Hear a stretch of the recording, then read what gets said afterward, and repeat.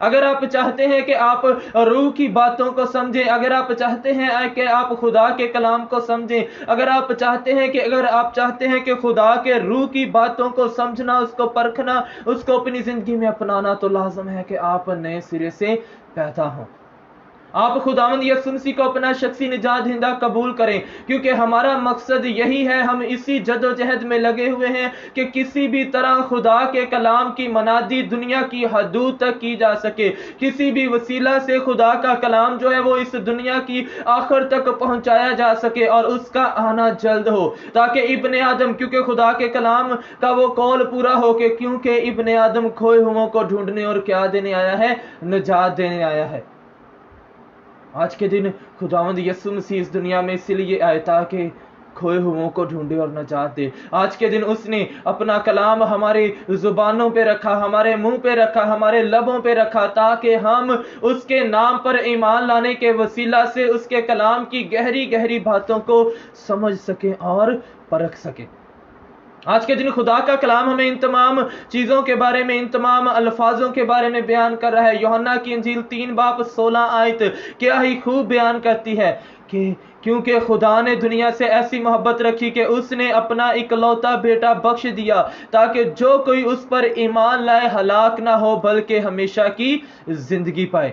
آج کے دن خداوند یسوع مسیح نے ہمارے لیے ہمیشہ کی زندگی رکھی ہوئی ہے، لیکن ہم کس طرح اس ہمیشہ کی زندگی کو اپنی زندگی میں اپناتے ہیں جب ہم اس کے نام پر ایمان لے کر آتے ہیں؟ ہم کیسے خدا کے کلام کا جو ہے وہ مطالعہ کرتے ہیں؟ ہم کیسے خداوند یسوع مسیح کو اپنی زندگی میں جگہ دیتے ہیں؟ ہم کیسے نئے سرے سے پیدا ہوئے ہیں؟ اگر آپ نے ابھی تک خداوند یسوع مسیح کو اپنا شخصی نجات دہندہ قبول نہیں کیا ہوا تو تیار ہو جائیں، ابھی اپنی زبان سے اقرار کریں کہ خداوند یسوع مسیح ہی واحد خدا ہے جو جسم میں اس دنیا میں آئے، تاکہ اس کے نام پر ایمان لانے کے وسیلہ سے میں کیا کر سکوں؟ تیری نجات کو دیکھ سکوں۔ وہ کنواری مریم سے پیدا ہوا، وہ اس دنیا میں آیا، اس نے مار کھائی، کوڑے کھائے، تیسرے دن مردوں میں سے جی اٹھا۔ آج کے دن خدا کا کلام ہمارے لیے یہی ہے۔ آج کے دن خدا کا کلام ہمیں یہی کہتا ہے کہ ہم خداوند یسوع مسیح کو اپنا شخصی نجات دہندہ قبول کریں، اسے قبول کریں، کیونکہ نیکودیمس کی مثال آپ کو یاد ہوگی۔ اس سے جب خداوند یسوع مسیح نے کہا کہ تجھے نئے سرے سے پیدا ہونا ضرور ہے، تو اس نے کہا کہ اے خداوند، کیا میں دوبارہ اپنے ماں کے پیٹ میں جاؤں اور دوبارہ نئے سرے سے پیدا ہوں؟ تو خداوند یسوع مسیح نے اسے بتایا کہ نئے سرے سے پیدا ہونا کیا ہے، کیونکہ جب ہم پیدا ہوتے ہیں تو ہم جسمانی طور پر تو زندہ ہوتے ہیں، لیکن ہم روحانی طور پر مردہ پیدا ہوتے ہیں۔ روحانی طور پر ہمیں پیدا ہونے کی ضرورت ہے۔ روحانی طور پر ہمیں خداوند یسوع مسیح کو اپنا شخصی نجات دہندہ قبول کرنے کی ضرورت ہے۔ اور اس کے بعد دوسرا پوائنٹ، دوسری جو بات ہمارے اندر ہونی چاہیے خداوند یسوع مسیح کے کلام کا مطالعہ شروع کرنے سے پہلے، کہ لازم ہے کہ ہم روح القدس کا مقدس ہوں۔ لازم ہے کہ ہم روح القدس سے بھرے ہوں۔ لازم ہے کہ روح القدس ہمارے اندر سکونت کرتا ہو۔ اور اس کے بارے میں آپ کو بتانا چاہتا ہوں کہ انسان، جسمانی آدمی جو جسم سے ہے، وہ کبھی بھی خدا کے کلام کی باتوں کو سمجھ پرکھ نہیں سکتا۔ خدا کا روح ہی ہے جو خدا کو پرکھتا ہے۔ خدا کا روح ہی ہے جو خدا کے بارے میں ہمیں بتاتا ہے۔ خدا کا روح ہی ہے جو ہمیں خدا کے کردار کے بارے میں بتاتا ہے۔ اگر آپ خدا کے بارے میں سیکھنا چاہتے ہیں، اس کے کلام کا مطالعہ کرنا چاہتے ہیں، تو لازم ہے کہ اس کے روح سے دوستی کر لیں، اس کے روح کو اپنے اندر ویلکم کہیں، کیونکہ خدا کا کلام کیا کہتا ہے؟ جب ہم خداوند یسوع مسیح کو اپنا شخصی نجات دہندہ قبول کر لیتے ہیں تو وہ وعدہ کیا ہوا روح القدس، جس کے بارے میں خداوند یسوع مسیح نے کہا کہ میں جاتا ہوں تاکہ تمہارے لیے مددگار بھیجوں، وہ مددگار کیا کرتا ہے؟ ہمارے اندر سکونت کرتا ہے۔ ہم روح القدس کی سکونت گاہ بن جاتے ہیں۔ آج کے دن اگر آپ نے یسوع مسیح کو قبول نہیں کیا، قبول کریں، کیونکہ جب آپ خداوند یسوع مسیح کو قبول کریں گے تو روح القدس کی سکونت گاہ بن جائیں گے۔ روح القدس آپ کے دلوں کے اندر آرام کرے گا، آپ کے دلوں کے اندر رہے گا، آپ کے دلوں کے اندر روح القدس عجیب و غریب کام کرے گا، کیونکہ خدا کا کلام ہمیں یہی بیان کرتا ہے۔ کیا لکھا ہوا ہے کہ صرف خدا کا پاک روح ہی خدا کے خیالوں کو، جسے کہتے ہیں، پرکھ سکتا ہے، واقف ہے۔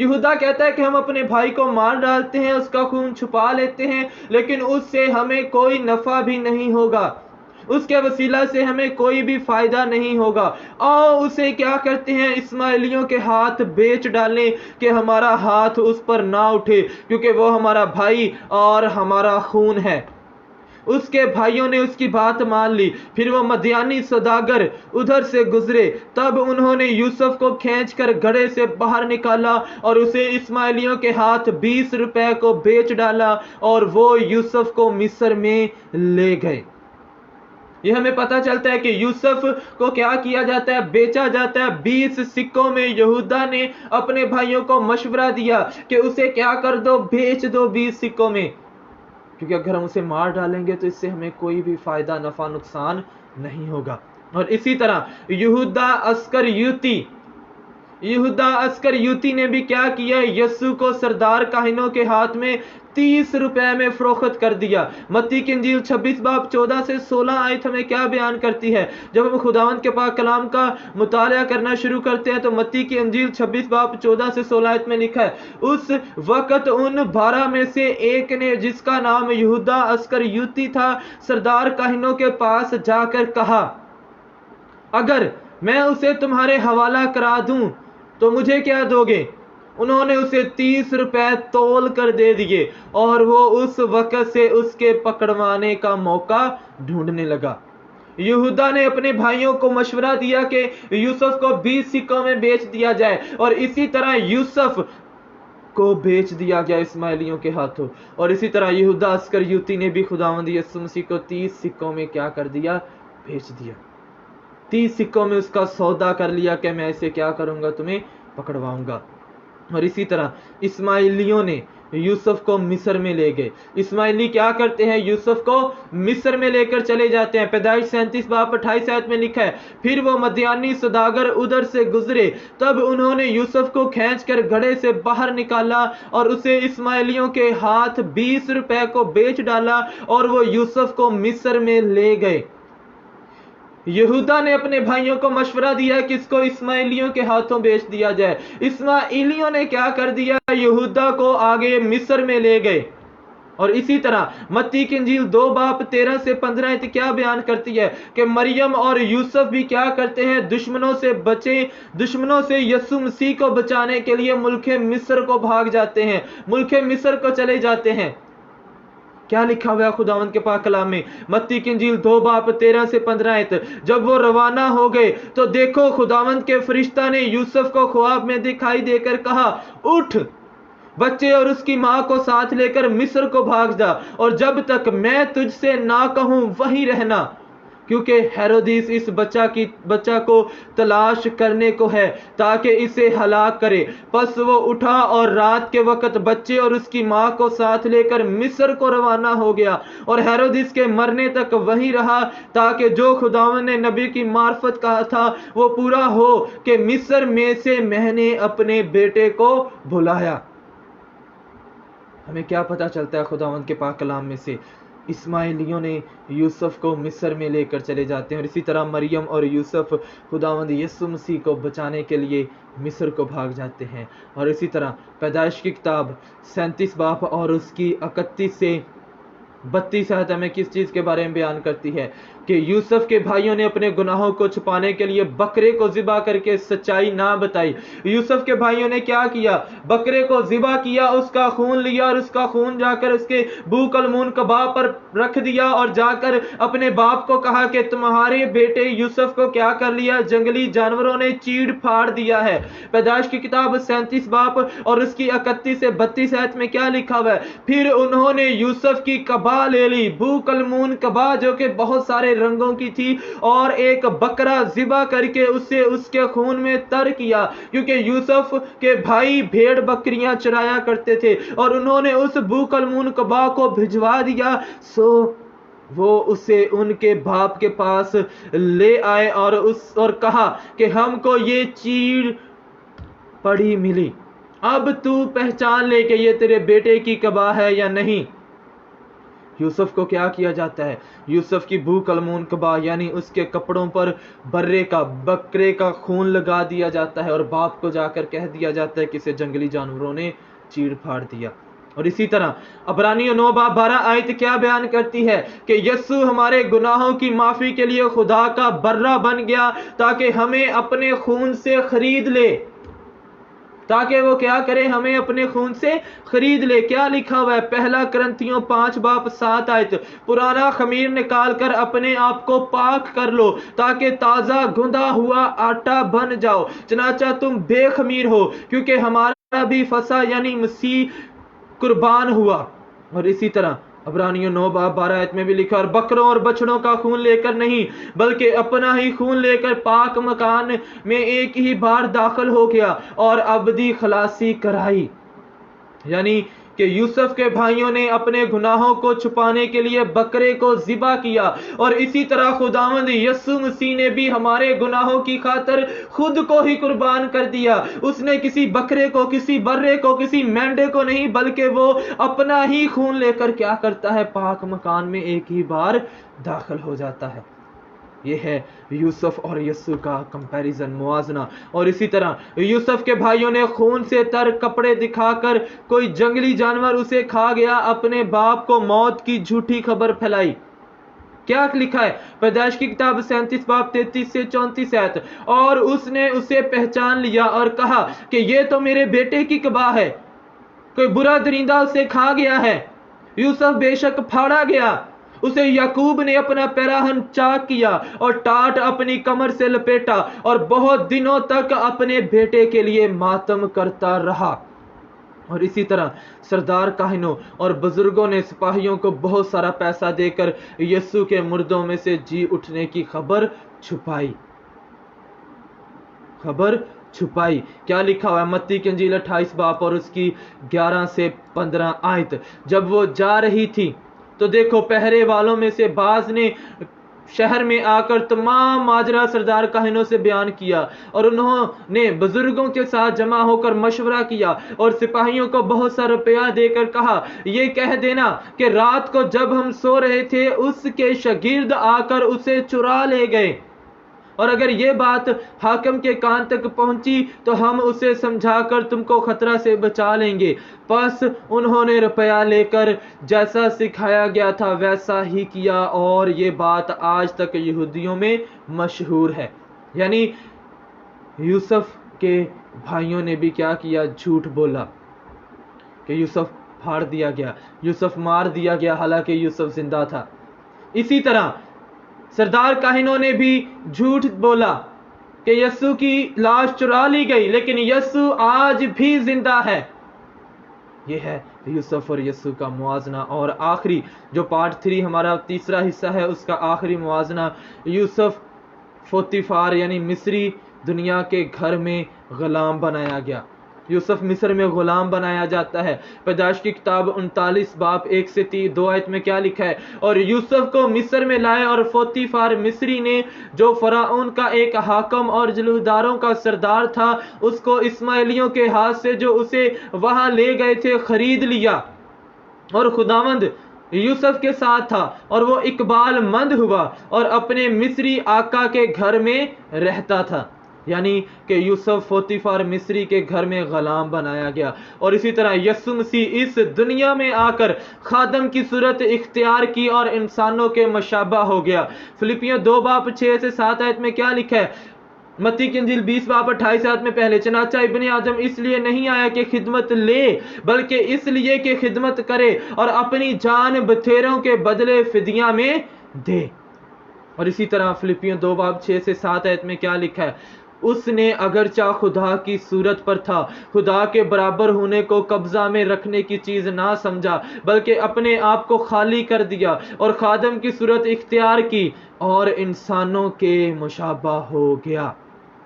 آج کے دن میں یہیں پر ختم کروں گا کہ یوسف جسے پوتیفار مصری کے گھر میں غلام ہوا، اور خداوند یسوع مسیح اس دنیا میں آ کر خادم کی صورت اختیار کر لی۔ کیوں؟ تاکہ وہ خدمت لے نہیں بلکہ خدمت کر کے دکھائے۔ خداوند آپ سب کو آج کے کلام کے وسیلہ سے برکت دے۔ میں امید کرتا ہوں کہ ان تمام باتوں کے وسیلہ سے آپ کو ضرور نئی نئی چیزیں سیکھنے کے لیے ملی ہوں گی. امید کرتا ہوں کہ آج کے کلام کے وسیلہ سے آپ کو خداوند کے پاک روح نے سکھایا ہوگا کہ کس طرح خدا کے کلام کا مطالعہ کرنے سے پہلے ہمارے اندر جو چیزیں ہونا لازم ہے. ضرور اپنے آپ کو تیار کریں, ضرور اپنے آپ کو تیار کریں. ضرور ہی ہے کہ آپ سب اپنے آپ کو تیار کریں, کیونکہ خدا کا کلام ہمارے لیے یہی کہتا ہے کہ ہم ہر وقت تیار رہیں اور اس کے کلام کا مطالعہ کرتے رہیں. اب ہم سب اپنی آنکھوں کو بند کریں گے اور کلام کی شکر گزاری کے لیے دعا کریں گے. ہلیلویا. قدوس قدوس اند آسمانی خداوند, خدا پاک رو یسوع مسیح کے نام سے میں تیری شکر گزاری کرتا ہوں کہ خدا جو تختوں پر نشین ہے, آسمان تیرا تخت ہے اور زمین تیرے پاؤں تلے کی چونکی ہے, لیکن اے خدا پھر بھی تو ہماری دعاؤں پر کان لگاتا ہے. اے خدا یسوع مسیح کے نام سے آج کے دن اے خدا پاک رو میں تیری حضوری میں آتا ہوں. اے خدا تیرے آج کے کلام کے لیے میں تیری شکر گزاری کرتا ہوں جو تو نے دیا, اس کے وسیلہ سے چھو اور برکت پر برکت دے. یسوع مسیح کے نام سے مانگتے اور پا لیتے ہیں, آمین آمین. اب بیماروں کے لیے خاص طور پر دعا کی جائے گی, کیونکہ خدا کا کلام کیا کہتا ہے کہ ابن آدم کھوئے ہوئوں کو ڈھونڈنے اور نجات دینے آئے ہیں. اگر آپ میں سے کسی کی دعائیہ درخواست ہے تو ضرور آپ کمنٹ میں بتا سکتے ہیں, آپ کے لیے دعا کی جائے گی. اور میرا ایمان ہے کہ خداوند یسوع مسیح جو کہ 12 برس کی بیمار عورت کو شفا دینا جانتا ہے, خداوند یسوع مسیح جو کہ 12 برس کی بیٹی کو کہتا ہے تالیتا کومی اور وہ مردوں میں سے اٹھ جاتی ہے, خداوند یسوع مسیح جس نے اس دنیا میں 37 معجزات کیے, وہ خداوند یسوع مسیح جس نے بے انتہا معجزات کیے, آج کے دن وہ خداوند یسوع مسیح آپ کی دعاؤں پر کان لگائے گا.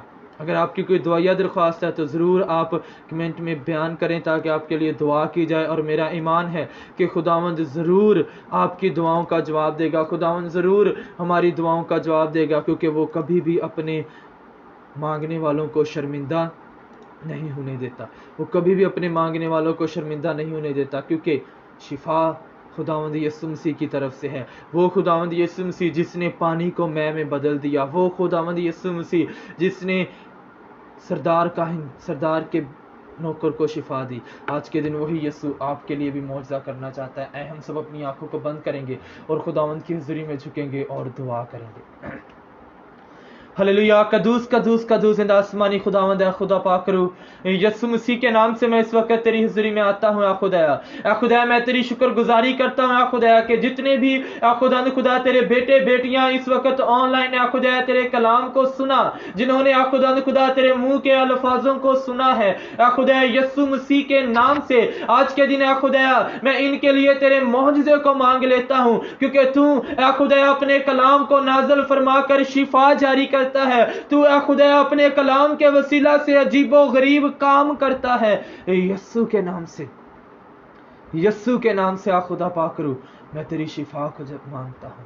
یسوع مسیح کے نام سے اے خدا اگر کن میں بیمار ہے, کمی کمزوری ہے, دکھ ہے, تکلیف ہے, پریشانی ہے, یسوع مسیح کے نام سے اے خدا تمام قسم کے دکھ, تکلیف, پریشانی, مصیبت ابھی اور اسی وقت یسوع کے نام سے اے خدا جاتی رہے.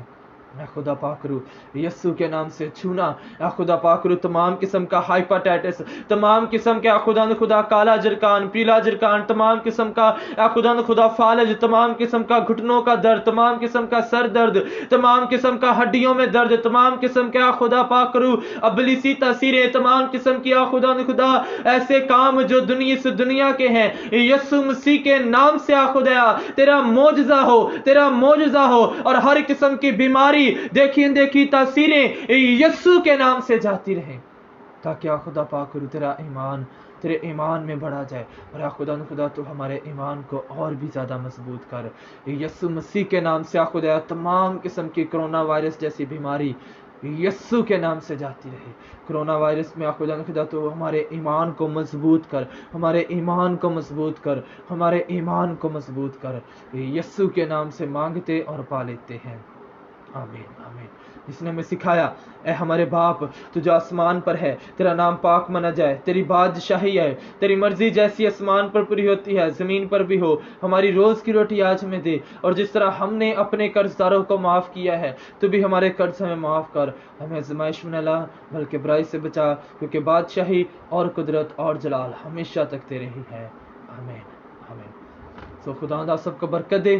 ضرور اپنی دعاؤں میں یاد رکھیں تمام دنیا کو کہ خدا تمام دنیا میں سے کرونا وائرس جیسی وبا کو یسوع کے نام سے ختم کرے، یسوع کے نام سے آمین۔